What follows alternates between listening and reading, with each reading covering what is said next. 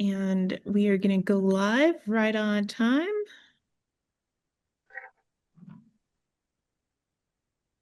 And welcome, welcome, watching the invite list. There we are. We are live. Good evening, everyone. Okay. Welcome. We are live streaming. Welcome to everyone on YouTube. As a reminder to folks on our Zoom, closed captions are available, as well as they are available on YouTube by clicking the CC button. On YouTube, you can chat us, and I will be monitoring that chat as well. We've shared the slides previously, so hopefully you have those nearby or in hand. And then I am joined by my colleague today, Carson Bridges, who will be supporting taking notes as well as tracking our action items and questions and responses. So I have here on our agenda that is going to grace us with a safety moment. Thank you. Yeah, there we go. One more slide. Thanks, Ariam. Little bit of a somber topic. Happy New Year to everyone. We went through a particularly difficult month here in our region last month with these historic floods. Many of our communities were affected by them. So wanted to take a moment to acknowledge that, acknowledge the impact that's had on many of the people in this room, and also just remind folks that even though the rain has stopped, the impact and the effects of the floods have not. I'm going to share a link here on from Washington State's official resources for disaster recovery and response. Things are organized by different need areas, different regions, things like that. The regional counties have been major resources for those who still need assistance. And just a reminder to folks about, for both this incident and in general, some disaster preparedness tips. Take pictures of where you live on a regular basis. You never know when you'll need a before and after, and it's good to have some up-to-date wider scope, not just the background of the birthday party, but some pictures of kind of the things in your home, the condition of your home. If you have access to flood insurance and are eligible for it, definitely look into it and be familiar with the details, and be sure to document everything. In addition to your damaged items, make sure you're hanging on to receipts for any cleanup supplies, any temporary housing, anything that's an outcome of an incident that you experience. And of course, it's also super important to know your evacuation routes and have a family communication plan. Shakisha and I got caught in some of the evacuation traffic, and it was rough. So knowing what the alternate routes are and helping ensure that we're being respectful of everybody in the community that needs to get out safely is paramount to have in mind. And then for long-term recovery, there can be effects of water damage for months afterwards. Make sure you're being attentive to any persistent musty smells, because those can be an indicator of some serious impacts and hazards in terms of air quality, and be vigilant and looking, monitoring the structural integrity of where you live and where you spend time, keeping an eye out for cracks, sagging, things like that. And again, just document as much as possible. Just remember that recovery is a process, and continue to lean into and look towards your community for support. Thank you. Excellent, excellent advice. You don't want to not have this plan when you need it, so make it so that when you need it, you have it. Looking at the chat, yes, Margo, we have you set up to do the equity moment, and that is going to happen right now. So are you available to come off chat and take us through, or I'm sorry, off mute and take us through this presentation? I learned a lot about this, particularly in the East Coast and the American South when we're talking about air property. Carson, you probably know that very well about how there are systems in our country that have been set up, especially around documentation of who owns land, and it's predetermined as a eligibility for funding. And one of the most interesting examples of that being in New Orleans after Hurricane Katrina, where places years later still weren't able to be rebuilt because there was either tangled titles or families didn't have documentation, both undocumented families. So very, very poignant and relevant. Any other thoughts or questions for Mark on this topic?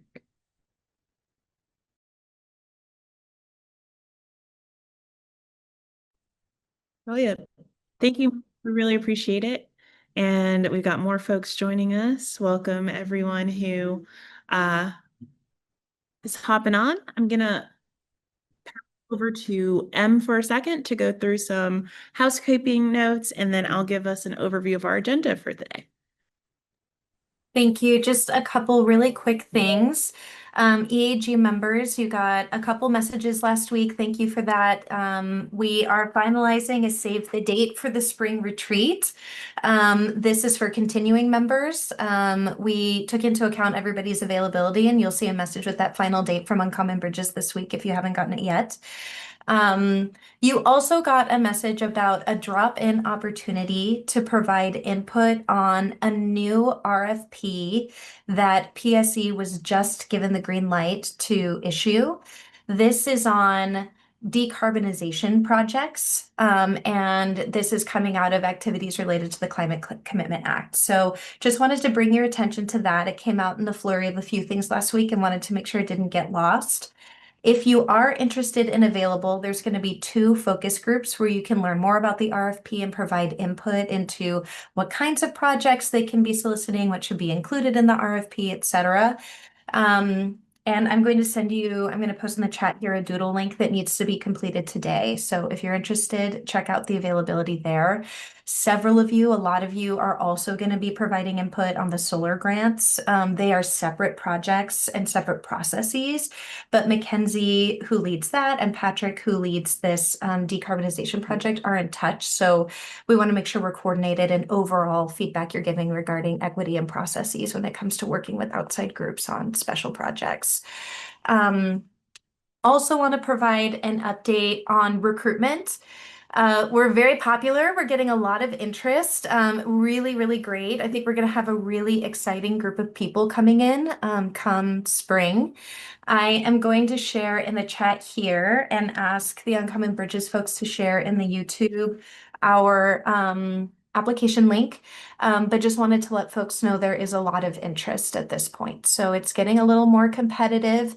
That said, if folks are watching and are interested, please still, if this is a group that really resonates and connects with you, do express your interest. It's good to be connected with you. If we don't have room for folks this year, we'll keep a short list of folks that are really strong and aligned, and continue to communicate with folks, keep folks in the loop. You can always observe the meetings, and we'll follow up with folks when openings open up again next year and the year after, so on. So thank you everyone for helping get word out about this and for all the support that's been going into a really strong recruitment process. And it's queuing us up for a really strong next phase of the EAG. I think that's everything I want to be sure to cover. Thanks, Arian.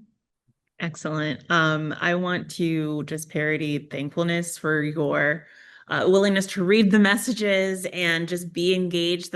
This is what engagement feels like. This is what being involved feels like. And hopefully that cadence is getting a little bit more familiar to you all. We are about to jump into our first topic today. Our first topic today is from Troy Houston, the Director of Energy Equity at PSE. He was going to be talking about the 2026 general rate case. Following that, we will have a break, and then Uncommon Bridges, myself, will go through a 2025 year in review and a 2026 look ahead. In particular, we'll be surfacing the priority framework that you all worked so hard on last year, and just kind of explaining how we're going to put that to action this year.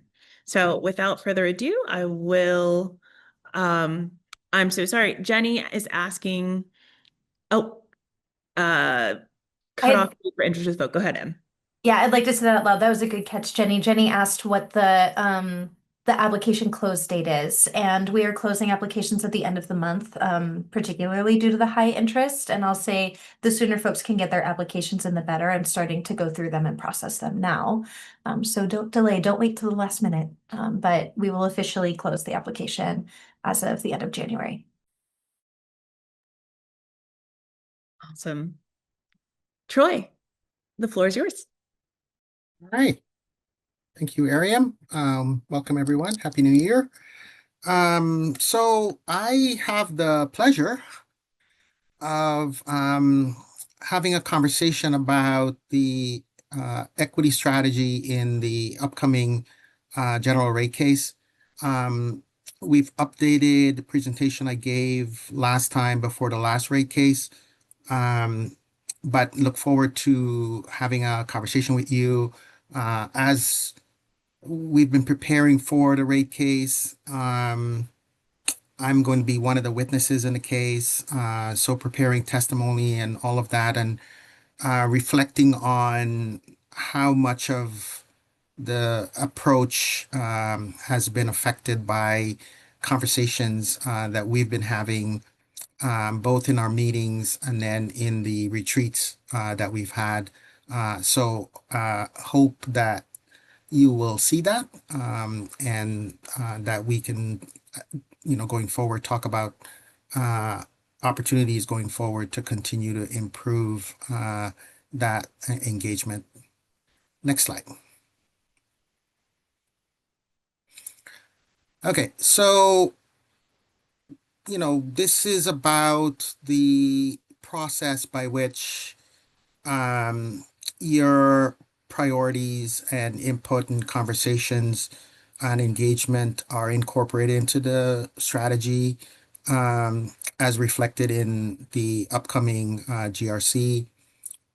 We are at the consult level, so want to make sure that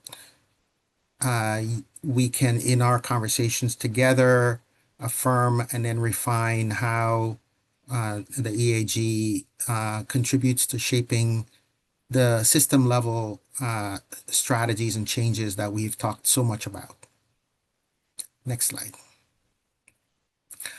Okay, so want to remind everyone that this is a very structured sort of legal process. And in this process, the key decision makers are the commissioners. So PSE is a regulated investor-owned utility. The UTC is the agency that regulates the utility. It's led by 3 governor-appointed commissioners and then supported by staff. The staff are sort of split into 2 groups. There are probably other groups, but for purposes of this conversation, there are policy staff who support the commissioners, and then there's regulatory staff who are participants in the case, as a type of, I don't want to, they are participants sort of separate from the commissioners, right? So they get to present the case for the commission as well. So the commissioners decide in this process what it's a rate case. So they what PSE can charge customers for electricity and gas, and they ensure the utility serves customers safely, fairly, and reliably. The newest member here, Chair Rybarek, was appointed last year. Commissioner Rendall and Dumit have been on the commission for a while. I think Commissioner Rendall's term or second term, I think, ends in this year, the end of this year, I believe.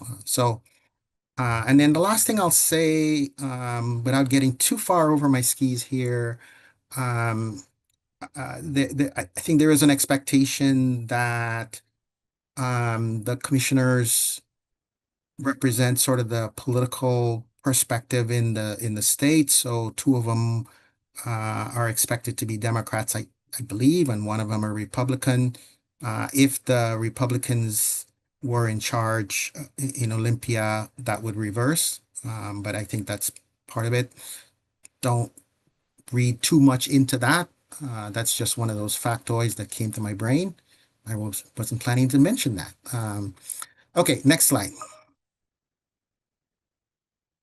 Okay, so what is a general rate case? You know, you'll hear me say this, think of it as a lawsuit. So it's a legal proceeding where the commissioners get to determine fair costs for customers for most of our services. They review prudency, safety, and reliability. Prudency essentially means, was this spend appropriate considering the regulatory requirements? Commission determines if rates are in the public interest, so fair, just, and reasonable, as well as affordable. And after CETA, the public interest also now includes equity. So they have to be equitable as well. And they consider other things such as environmental impacts. Who participates? There's an administrative law judge that provides that function within the proceeding. You have PSC and our legal representatives. As I said, this is a lawsuit, so we have akin to a lawsuit. So we have our legal representatives, the commission staff, the regulatory staff that I mentioned, and then public counsel. So this is a part of the state attorney general's office that participates on behalf of sort of the public, and they're there to sort of represent that interest. And then other approved interveners, the Energy Project, they tend to focus on low-income issues. The Joint Environmental Advocates, so Northwest Energy Coalition, Front and Center, Sierra Club, as it said, environmental forward organizations. The Alliance for Western Energy Consumers, this is large industrial customers are represented here. Federal executive agencies, Puget provides services to the military in this area, and the federal government has a presence here as a customer. So they're there. And then Nucor Steel, the steel plant.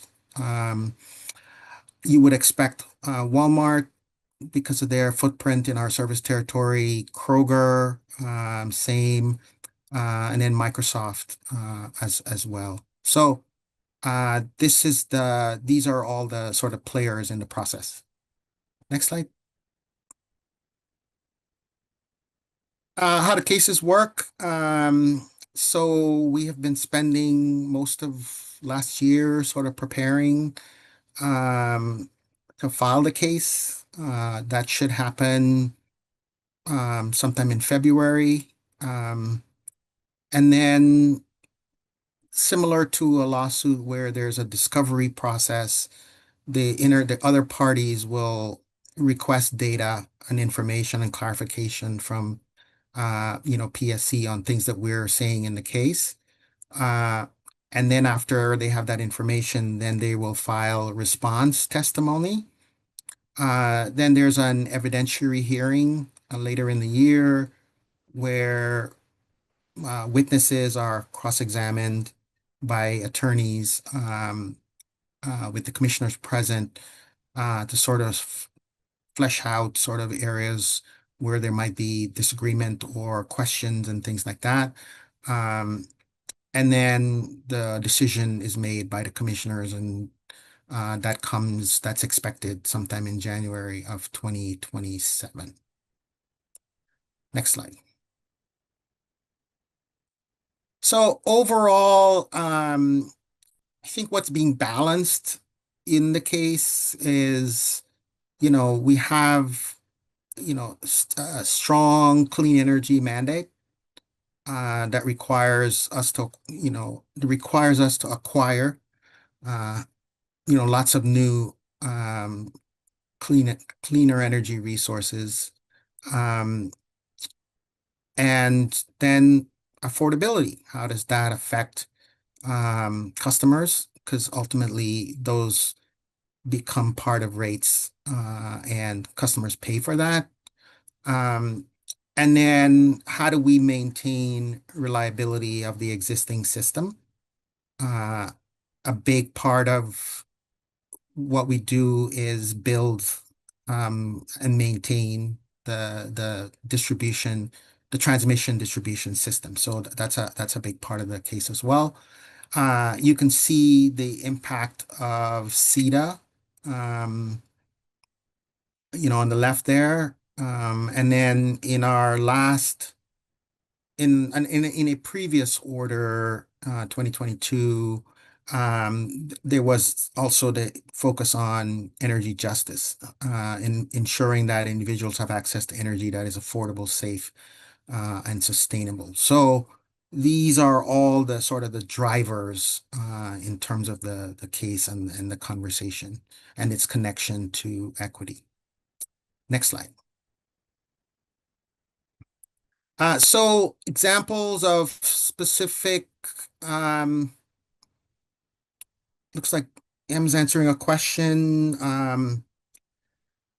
Let me pause and just say, these cases can cover, we have a statute that speaks to multi-year rate plans.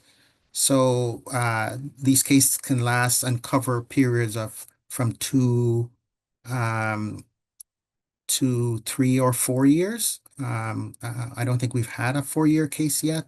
I don't think we've had a 3-year case yet, but so it varies. And then examples of regulatory sort of equity outcomes, you should be familiar with most of these, as you see from the 22 GRC, the distributional equity analyses, equity in corporate capital planning, delivery system planning, affordability programs like the bill discount rate, past due bill forgiveness, targeted electrification pilot, and then time varying rates.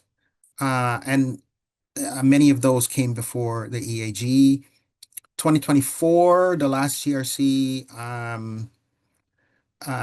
requirement to have an independent third-party facilitator for the low-income advisory group. That was modeled after our group and the independent facilitator that we have. Requirement for language access plan, disconnection policies to be discussed, gas depreciation study, targeted electrification pilot phase 2. So some of these you have seen because they were requirements to discuss with the EAG and they were on the calendar. The ISP, you've spent a lot of time with the ISP, with Kara Durbin and Brian's team, Brian Tyson. The CEIP as part of that, as part of CETA, and some of the requirements there, trying to figure out how to determine who are the customers with the deepest need. CCA, the Climate Commitment Act, and some of the programs there.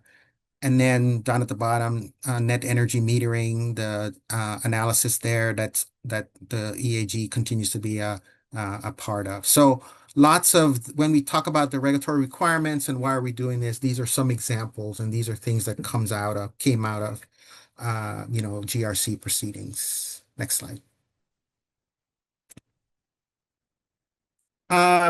So the equity demographics, you've seen this map many times under recognition justice.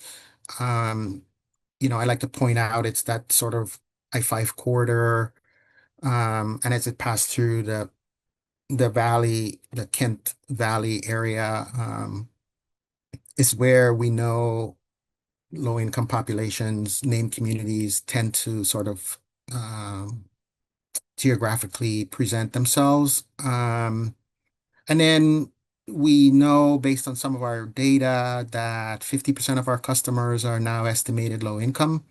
Uh, Low income is determined by, I think it's either 200% of federal poverty or 80% of area median income. So that varies across the service territory. 37% are energy burden defined by Commerce as spending more than 6% of their income on energy in the home. And then based on collaboration with the EAG, the LIAC, and others, the 6%, the energy burden pardon me, the deepest need was determined to be customers who are spending more than 10% on energy, and we believe about 6% of our customers sort of fall into that group. So that's the context background for what we're talking about here. Next slide. Okay, so these are some highlights of things that we heard over the past year, with conversations with the EAG. So affordability is really an important thing that we want to affect. Accessibility, making sure that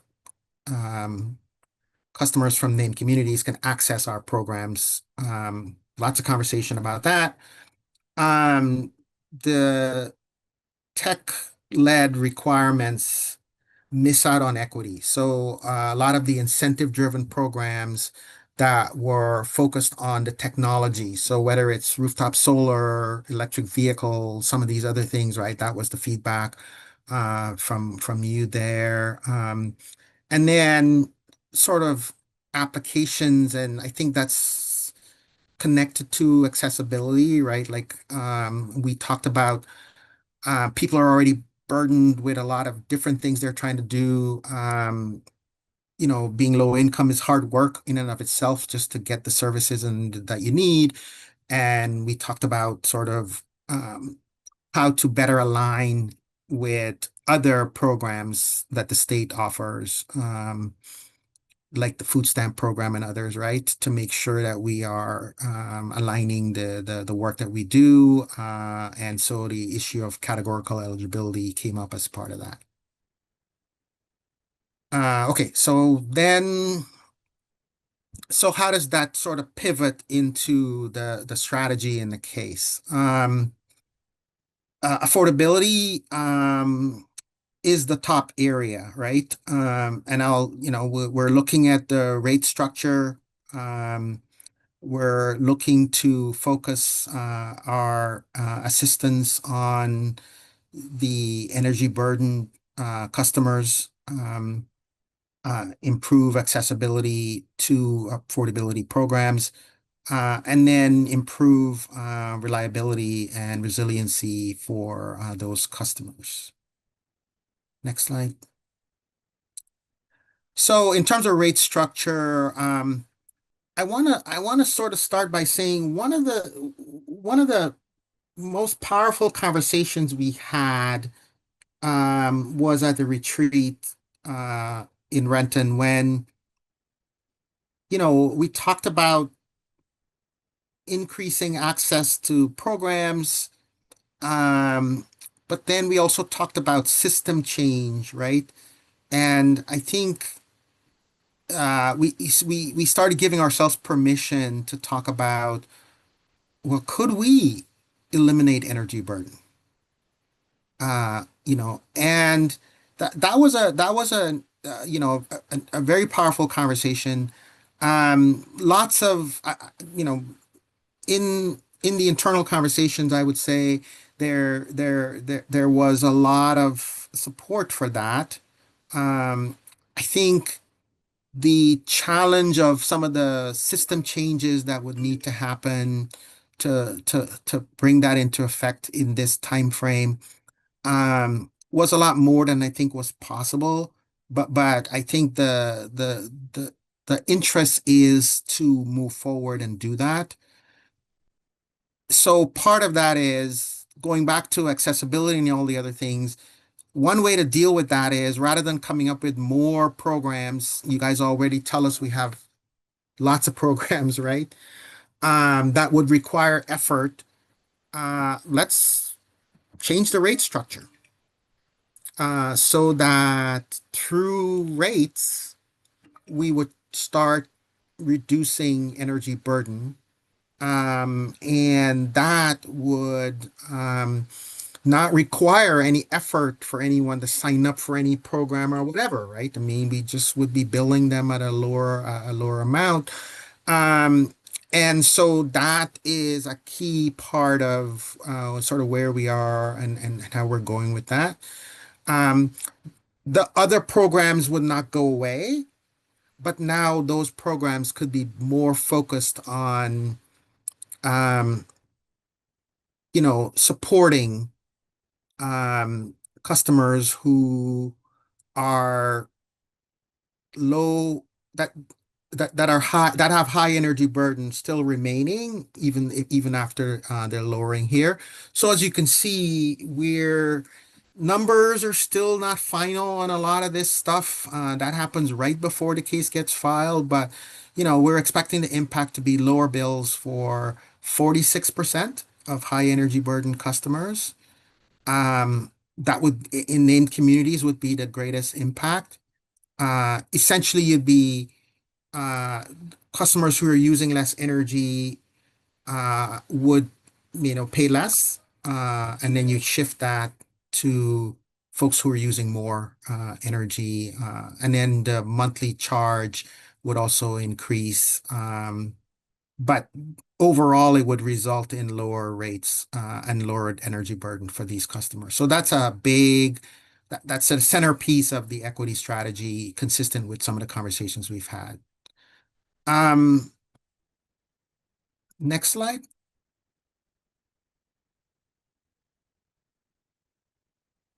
So then,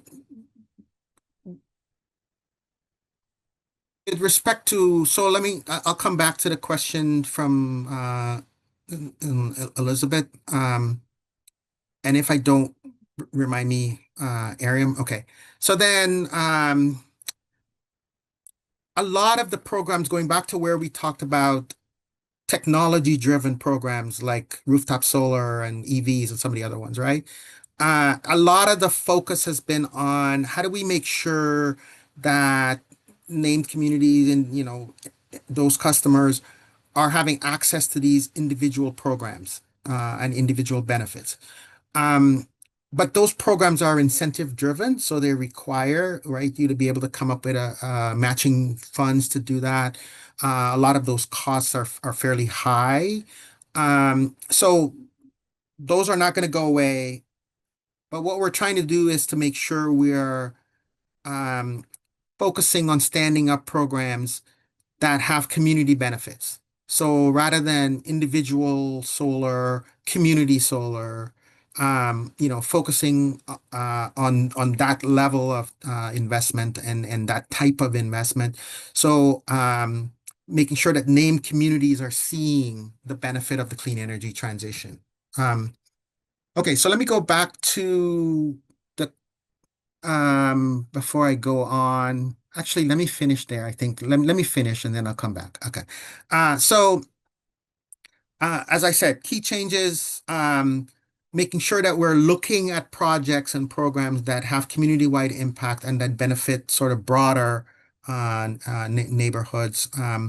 At the retreat, it was powerful when TJ talked about, here's this Boeing plant, and because of the type of customer that is, the kind of resiliency of the circuit that supports that benefits the surrounding communities, right? Can we take a similar approach to more and more communities and bring that level of, benefit to them?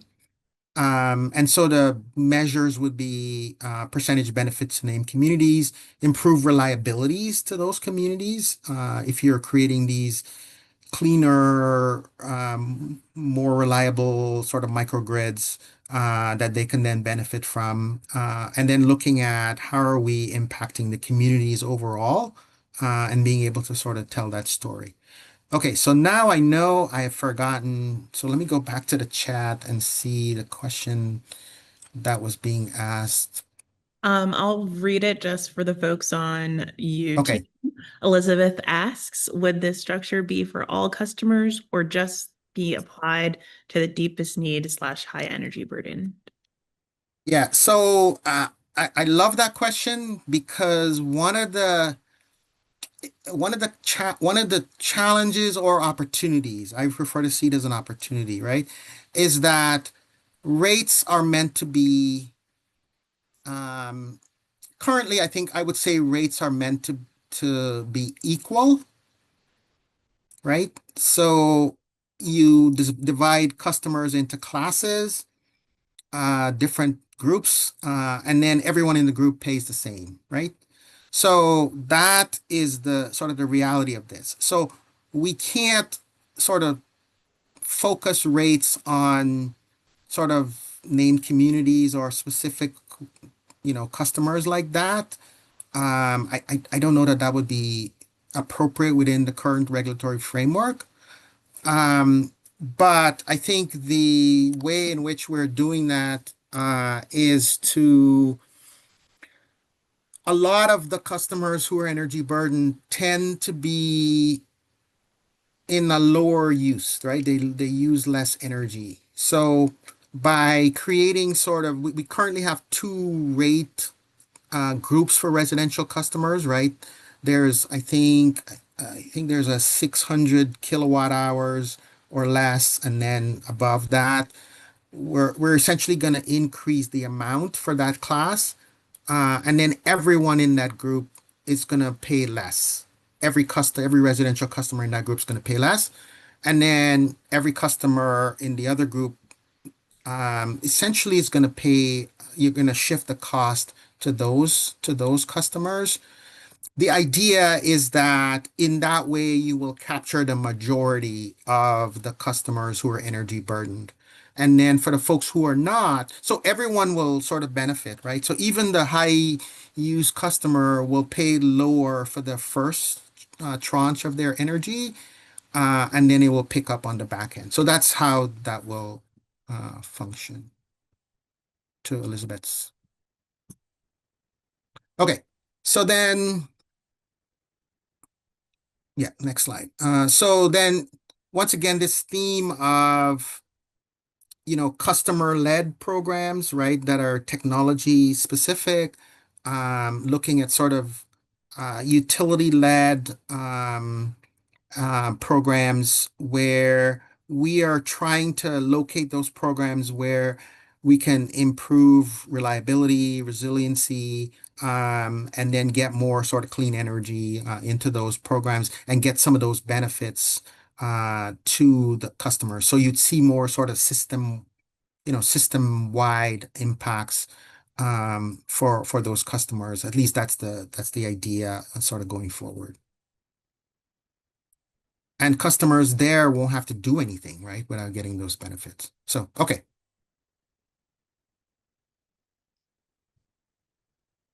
Yeah. This is Okay. So, you know, I went through quite a bit, and I moved forward fairly quickly. And so, you know, if you can maybe stop sharing the slide, that this is the question in terms of what we're looking for. And then maybe now I can engage a little more appropriately. I saw a question from Monica. Can you read that one, Ariam?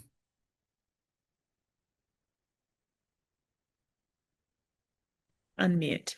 Monica asks, just as a point of clarification, the 600 kilowatt hours is the threshold over what period of time? Oh, And that's um, thing Monica, would you like to verbalize your comment?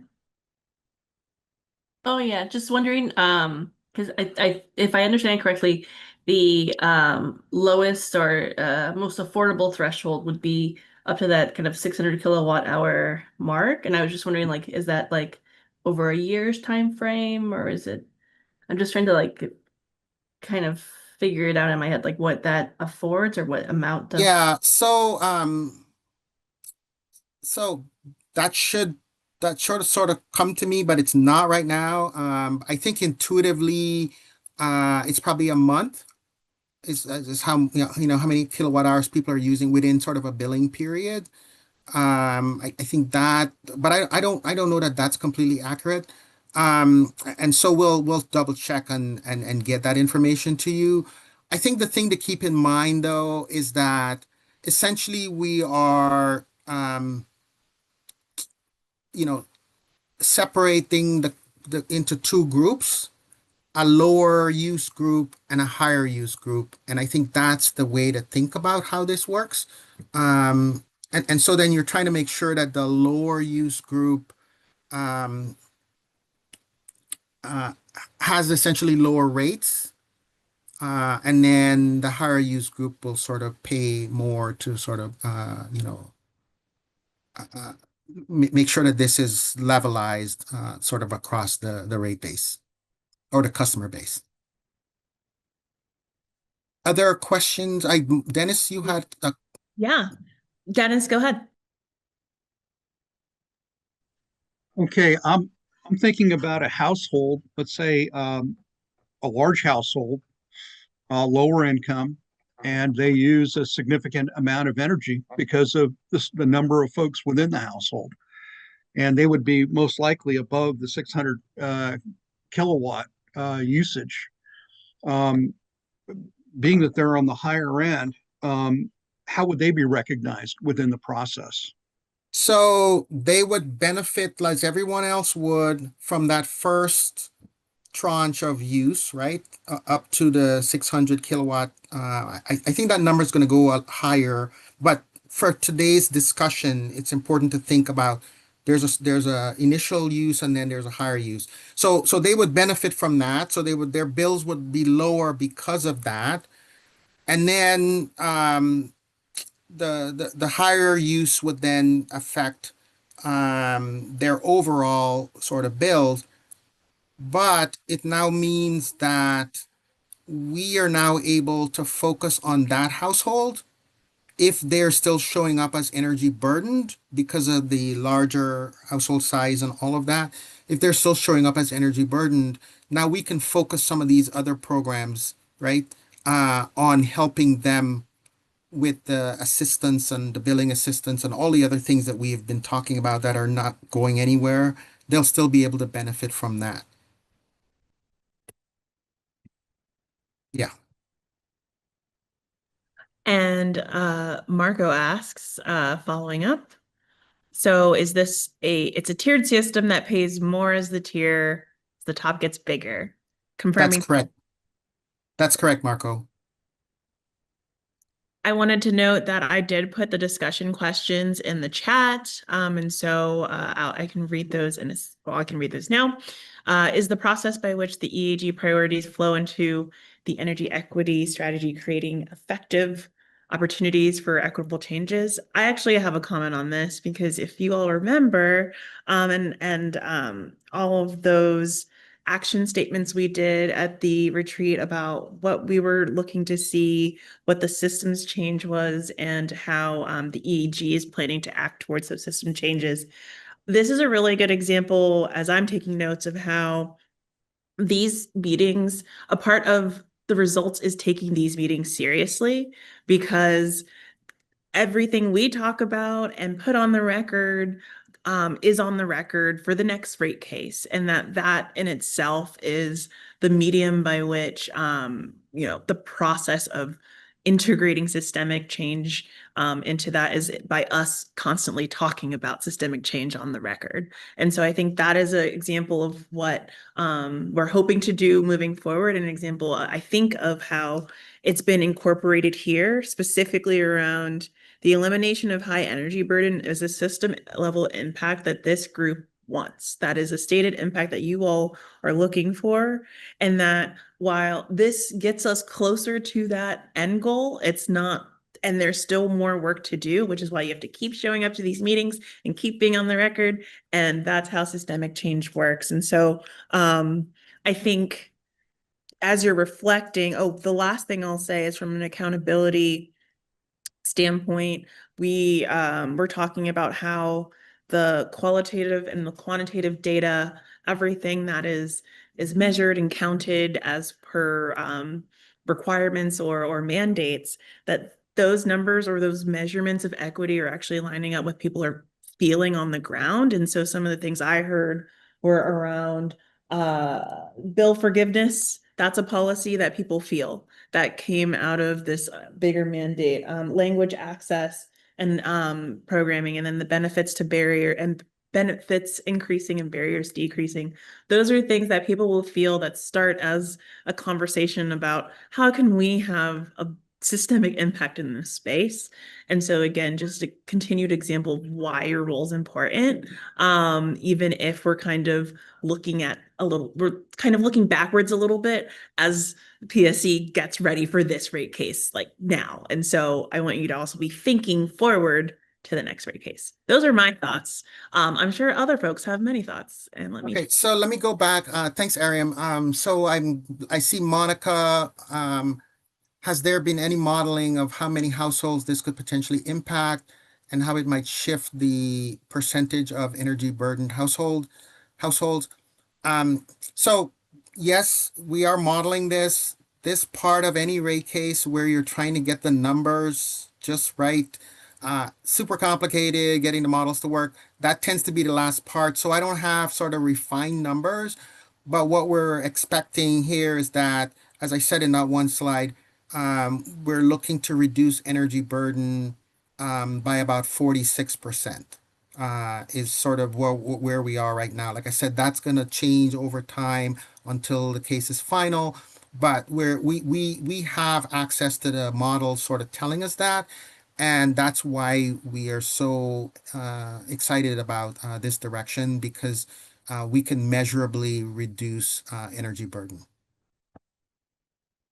And then I see I'm really interested in Amy. I'm really interested in improving the evaluation systems for equity.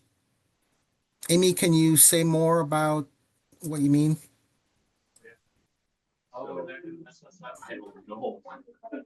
Yeah, I kind of find out, depending on how it aligns. we can hear you, Amy. Can you hear us? Last I Oh. did know about it, but they weren't. We can hear your background, but we can't hear you if you're trying to not impact the schedule. Maybe they're preparing it for us. Amy? Yeah, can you hear me now?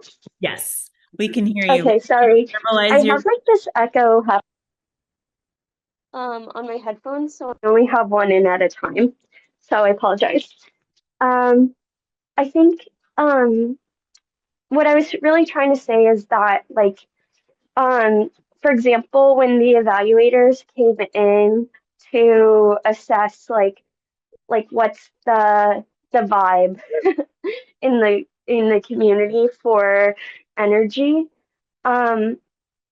it seemed like the way they structured their evaluation was not actually a equity-minded evaluation. Like, it seemed like a really long survey, like really inaccessible for a lot of folks. And I think just in general, having like more principles for like when we are changing things like this, like Monica was saying, like how are we evaluating them in a way that makes sense to like report back to the community of like, this is, the actual changes that we experienced, as a community. And I think like that's kind of what I was getting at, is just how is equity being embedded in the metrics that we are using to assess these programs, and like what is a good outcome, what is a needs improvement outcome, what is a actually this didn't work, we're going to need to try again. And I think all of that's good data, just that was what my comment was referring to.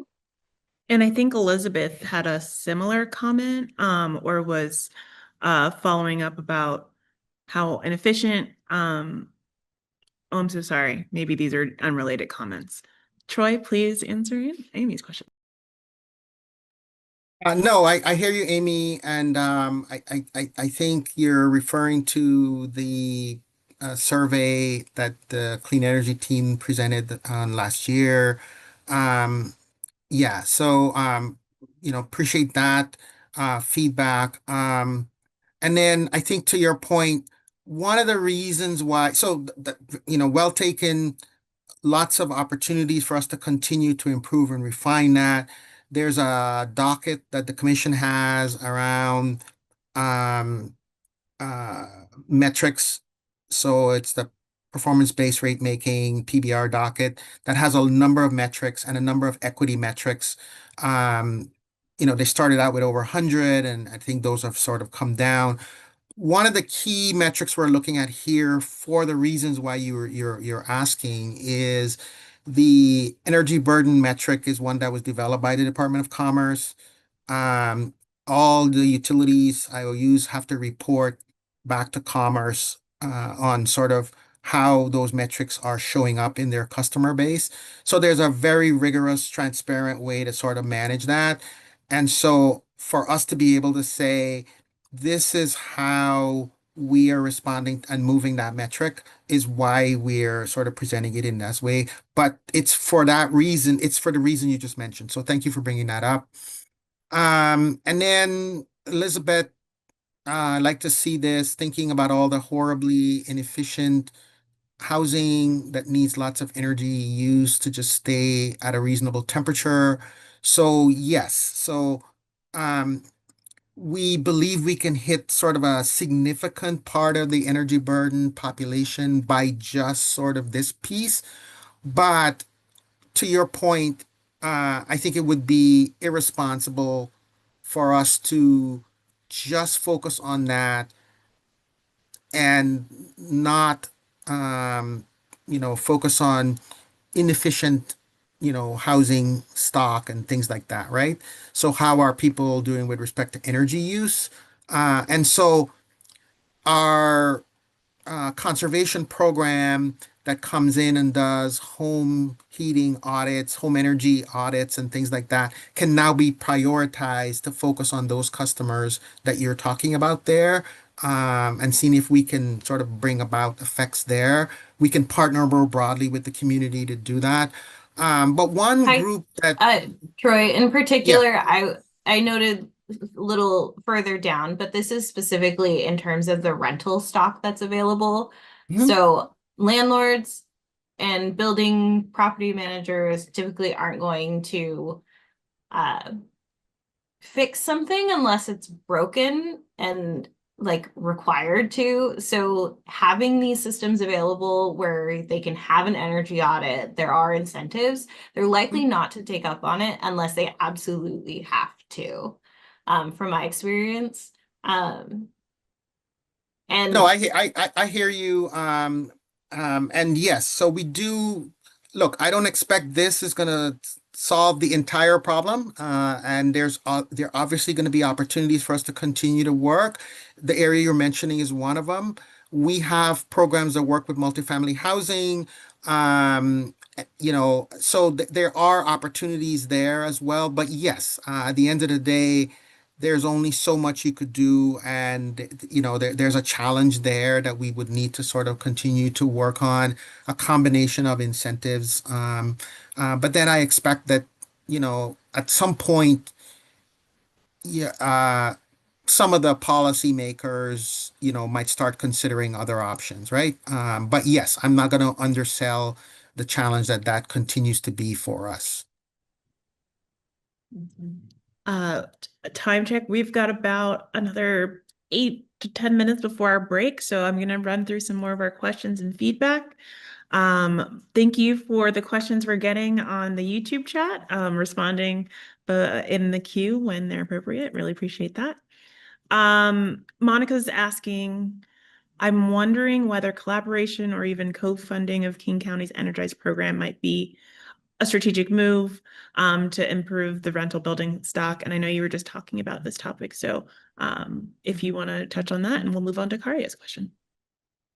Yeah, I think one of the things with taking this sort of geographical approach, right, where we're saying here's where named communities are, we can look at the map, we can see that, um, and we can start looking at areas within our distribution system where we can make sort of improvements and investments in some of these areas allows us to then partner, right, with local governments and others in the area, nonprofits who are doing work in the area, so that we can then bring sort of a whole community type of solution to some of these areas and focus on.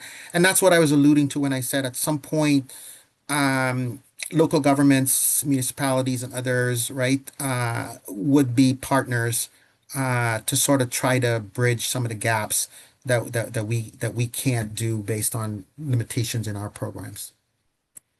And a note on something else that you all were talking about at the retreat was these relationships that do get built, these efforts that do happen, making sure that these fulfilled commitments and the benefits that are being provided to named and over communicated, or overburdened communities, that those wins are being communicated to and with overburdened communities, and that is an important part of the systemic change, is the narrative piece. And so just wanted to bring that up.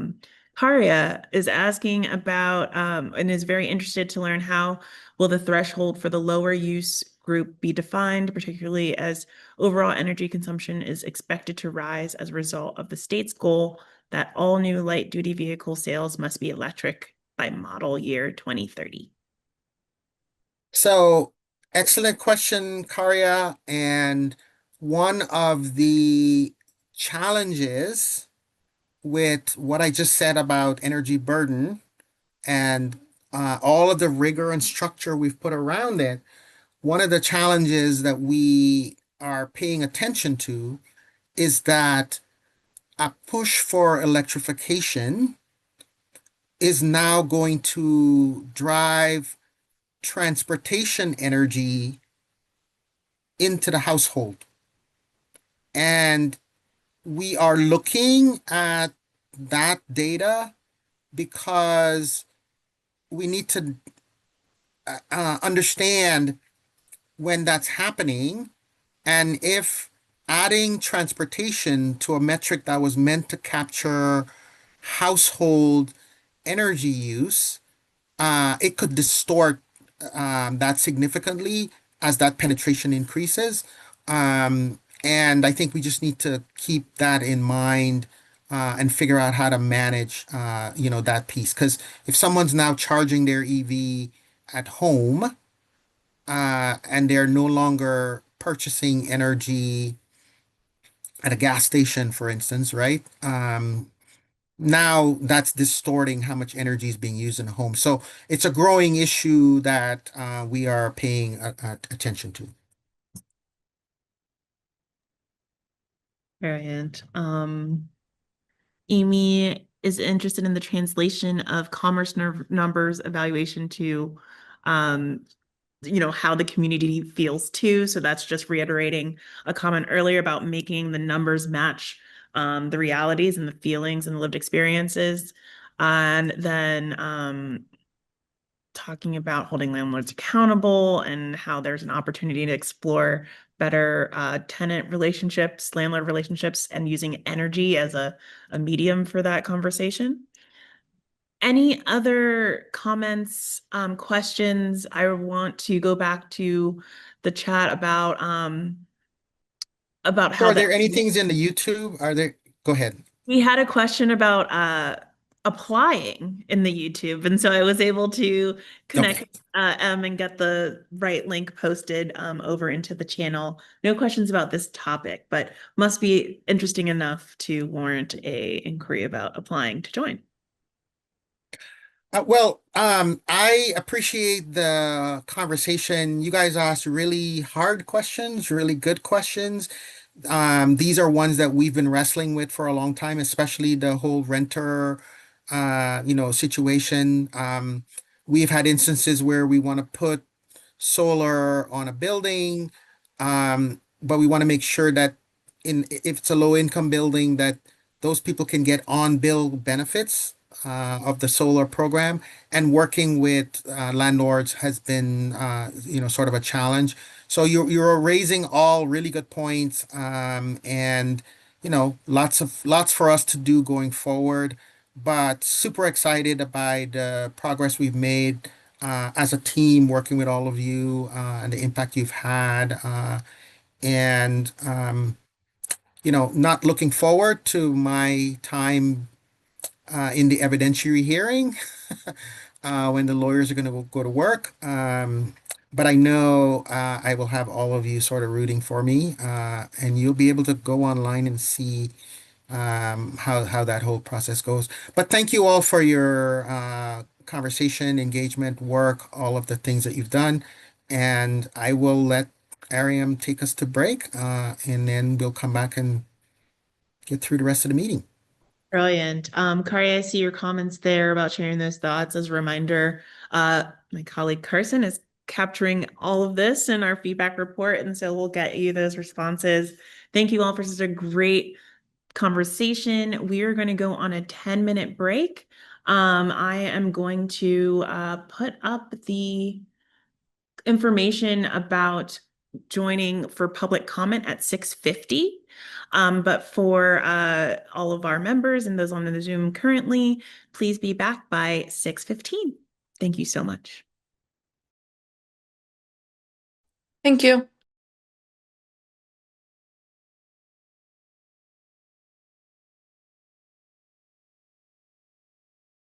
And be hanging out with y'all today. All right. We are gonna get started as folks jump back on. Our next agenda item is a year in review and the year ahead. The point of this part of the meeting is that we are going to celebrate all of the work and outcomes and impacts that you had last year. And then I am going to issue you another challenge, something I like to do to you all often, about how we're going to forge ahead this year and moving forward, and the tool and present a tool that I'm hoping we'll be able to use to keep ourselves accountable. So looking backwards, you all got this beforehand. Over 55 hours of in-person kind of engagement, like we are together. That discounts the work you all do in preparation and kind of like as you're going about your days and thinking. Also, I think it hides maybe a little bit of the work that folks like Em and Yvonne and Troy do every day, all day, thinking about how to bring this. So there's an exponential value to that. A couple of things that I want to pull out in addition to what's on the screen. You all participated and convened twice last year at 2 different events, which was huge, having 100% participation in our fall retreat, which was also a really awesome thing. You added a 4th A to your framework. So there was 3 A's, now there's 4, and I'll show you that in a second. And that is an expansion of kind of like the way you all think you can have a systemic change, particularly around advocacy. You have your action plan framework, which is what we're going to walk through in a second. But then with Em's help, launched a recruitment round, stood up a governance committee, contributed to the 2026 rate case, and hosted and participated in a bunch of public meetings, steering committee. And so I just want you all to be very proud of what you've done last year, and just, yeah, and excited to celebrate you. Go ahead, Em. And I just want to add, Ariam's covering for Ishmael, so crush it, Ariam. Good job. Thank you. And you can see screenshots here of an annual impact report. So this is in development. You'll be able to get a print report. We're considering including that report also in the general rate case. So that's a really good example of where in this very high level systems level influence. Your work is very directly reviewed and very directly contributes. For that reason, it's going through some like additional layers of review. And once that's done, we will be sharing it out with you all as well. Excellent. And so now what? I'm very excited to show you again your 4A's priority framework with these imagined futures around affordability, accessibility, accountability, and advocacy that you have worked together to name explicitly so that you can all be speaking the same language. I'm going to review a tool that we saw at steering committee earlier this month that I'm hoping might help us apply this framework to all of the conversations we have. Every time someone asks you, what do you think? You'll have a pathway to answer that question in a way that leads directly back to your shared vision of the future, one where there is no high energy burden, one where people are meaningfully connected to the utility, and one where quantitative and qualitative data reflects what is actually being felt in lived experience. So, humor me. I will walk through this build of slides. You have 4 priority areas, the 4 A's, each describing a goal of the EHE. Those goals are working these goals will become reality if a series of system level impacts occur. That is what I'm trying to say. These goals will happen if a series of system level impacts occur. And you all believe that those series of system level impacts to get to this desired future include a greater leveraging of the existing connection that PSE has with named communities and deepest need community customers and PSE investments. So the literal electric line that connects folks, how can that be the foundation of, oh, well, how can we engage with the community? We have a direct line that's been there. That is the reason why we are in relationship with customers. How can we leverage that to get to them faster, to get them what they need faster? The elimination of high energy burden. We talked about some of that earlier in Troy's presentation, that quantitative and qualitative results reflect experiential results of all of these distributional equity efforts. So all of this work that's going on to like do equity, is it being felt, and how is that story being told? And then policy and practice change in the areas of energy affordability, reliability, sufficiency, and abundance. These are the system level impacts that you are showing up, that you have said you're going to show up to these meetings and to continue draw back focus towards and talk about solution in the context of achieving these system level impacts. Now to do that, you all need a plan in order to apply these system level impacts. And so we call that our 2026 EHE work plan. This is a collection of activities, actions, discussion topics that will allow us to work towards those system level impacts. And the reason why we have to have a variety of different types of activities is because systemic change is the process of reconfiguring underlying structures and feedback loops. And that takes a lot of nuance and a lot of work from different angles.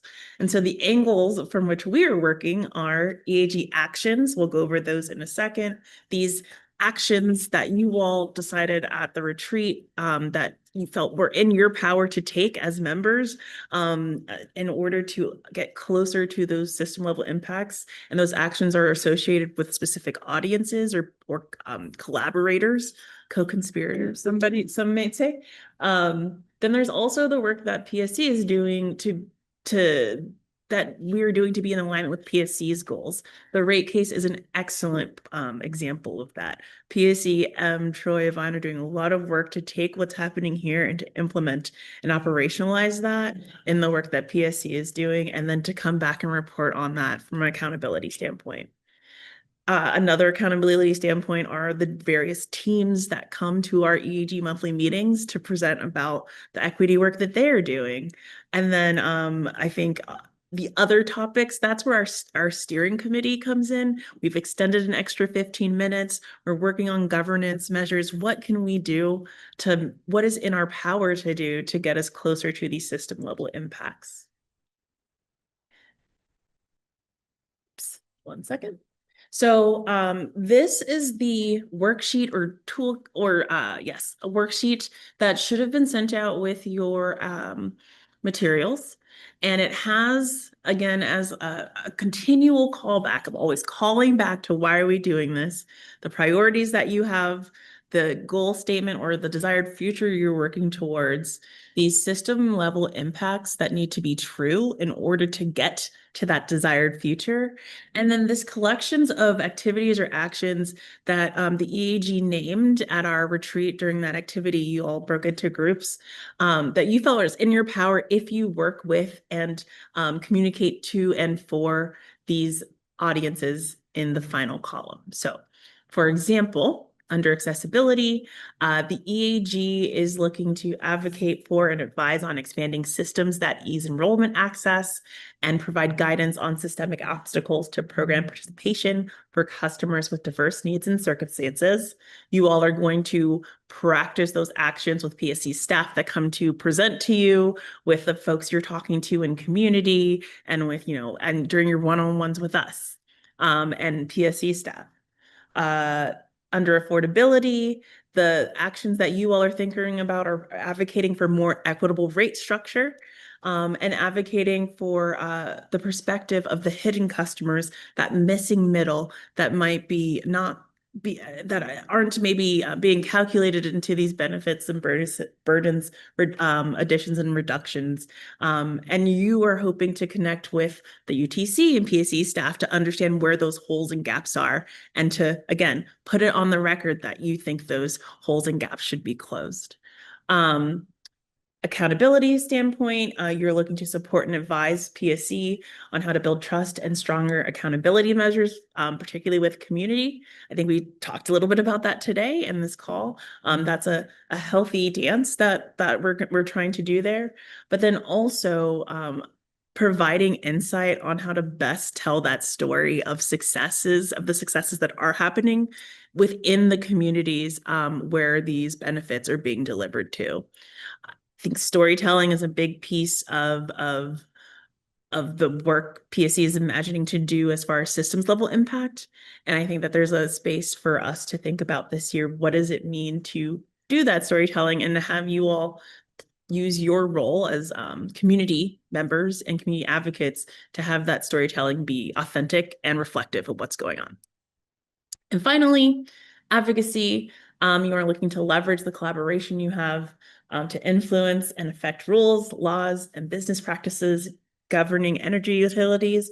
For example, showing up to meetings and putting things on the record so they can be referenced at a rate case. That is an example of leveraging influence that you have. And so you all are hoping to do that to, for, and with PSC staff, tribes, the UTC, and other regulators, legislatures, businesses, communities, and named communities, trying to use your leverage and your influence to deliver energy equity to the community.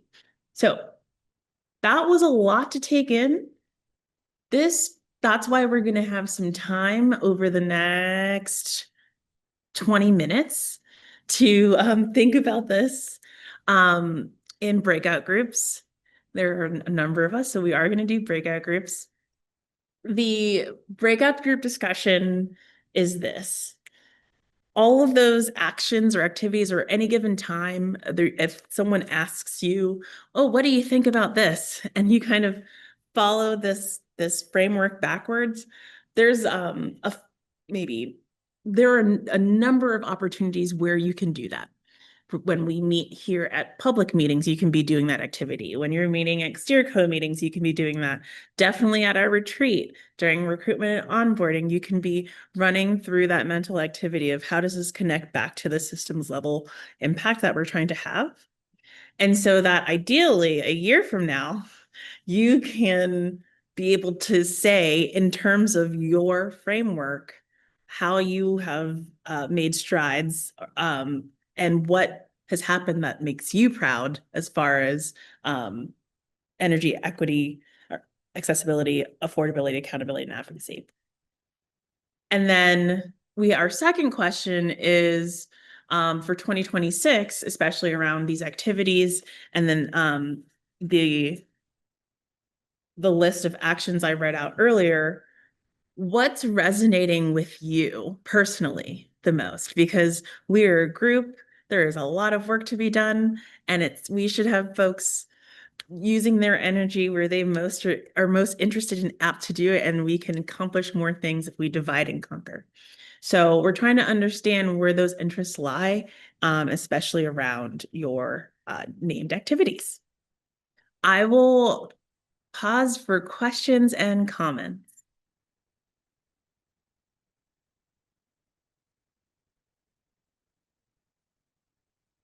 Okay, well, here's how I have already selected your breakout groups. Paste these discussion questions into the chat. And then I will also broadcast them in the breakout groups. Let's see, I think I have a question. Do we have a question? A standalone slide of the whole table. Yes, we can work on that. Am I able to add files to the chat? No, I am not. Okie dokie. So those are our questions. And again, we are going to be in breakout groups probably for 15 minutes or so. I'd like to bring us back at 6:45 so that we can have a little bit of conversation before public comment. And I will broadcast the questions again once you get to your rooms. I'm putting you in a room with Carson, and I'm going to take the other room. And then that seems like a good balance. All right, let's do it.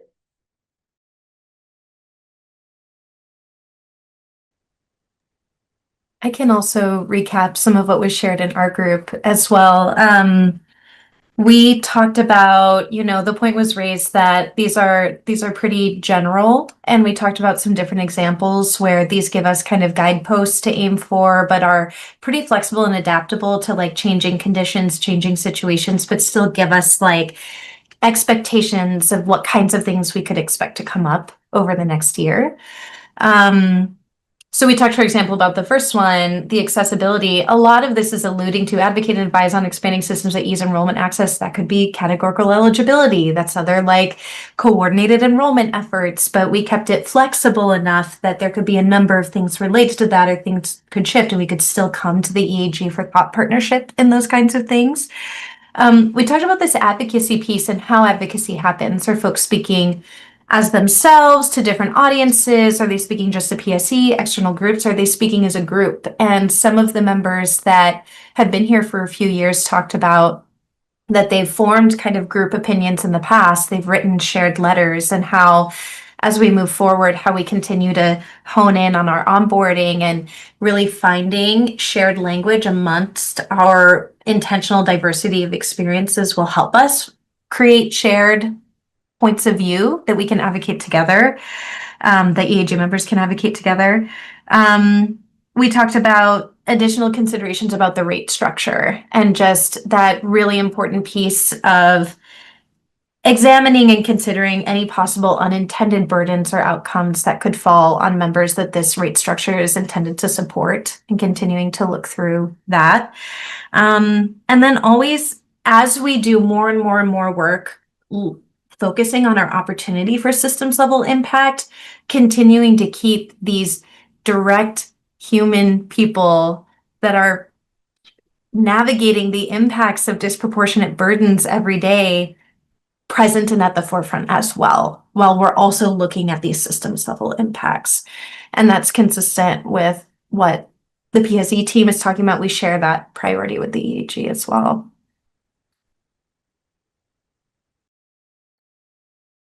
Excellent notes. Taking this feedback, we will iterate the tool. Literally looking forward to using this methodology or the structure of the governance GovCo to kind of be a way to finalize it, at least. And then additionally, you'll notice that it says 2026. Ideally, this is a tool that the context has changed. We're not maybe going to be where at the end of this year where we are right now. Maybe we've made a lot of progress and it's time to set new goals. The tool is made to be iterative and to create a roadmap basically for this group, even beyond the creation of our first alumni class. So yeah, Jenny, hold on. I'm going to go to chat. Great discussion. Any other comments or thoughts about what you're most proud of, or if any of those, or if we missed maybe something in our recap that's really on your mind? Excellent. And for those on YouTube, thanks for hanging in with us. I don't see any public comment invitations or questions in the chat. And so the last bit of our agenda this evening is next steps. Went through a number of housekeeping matters earlier, but to reiterate, applications for the Equity Advisory Group are open and will be closing at the end of the month, January 31st. The next time our members, EEG members, will be meeting is on February 2nd for our February steering committee meeting. And that we will also be sending up follow-up informations or corrections to our save the date for our spring retreat, which will be May 2nd to May 3rd. Oh, you should feel that. Karya says the word alumni gives me a sense of great achievement. Thanks for wrapping this up. You should absolutely feel that achievement. And I will give the last words to our PSC team, Troy, Yvonne, as we're doing our look back, look forward. Anything you would like to leave with this evening? So the only thing I want to add at this point is asking all of you to join me in giving a shout out to Ariam, who stepped in and hosted her first meeting and has now set the bar really high for Ishmael. So, and we will all let him know that. Thank you. Thank you. I enjoy being this part. I also am a data nerd. Most of you all know that. So being on the back end, watching our YouTube stats is like something too. But yeah, no, I couldn't be more proud of this group. And you all are my poster child around the office. I'm like, you guys won't even believe what the EAG did today. And so I thank you for sharing space with me, Jake. Thank you for your trust. You're so welcome. Well, if there is nothing else for the good of the order, I will give you 4 minutes back to your day, 3 minutes back to your day. Have a great evening, everyone, and see you next time.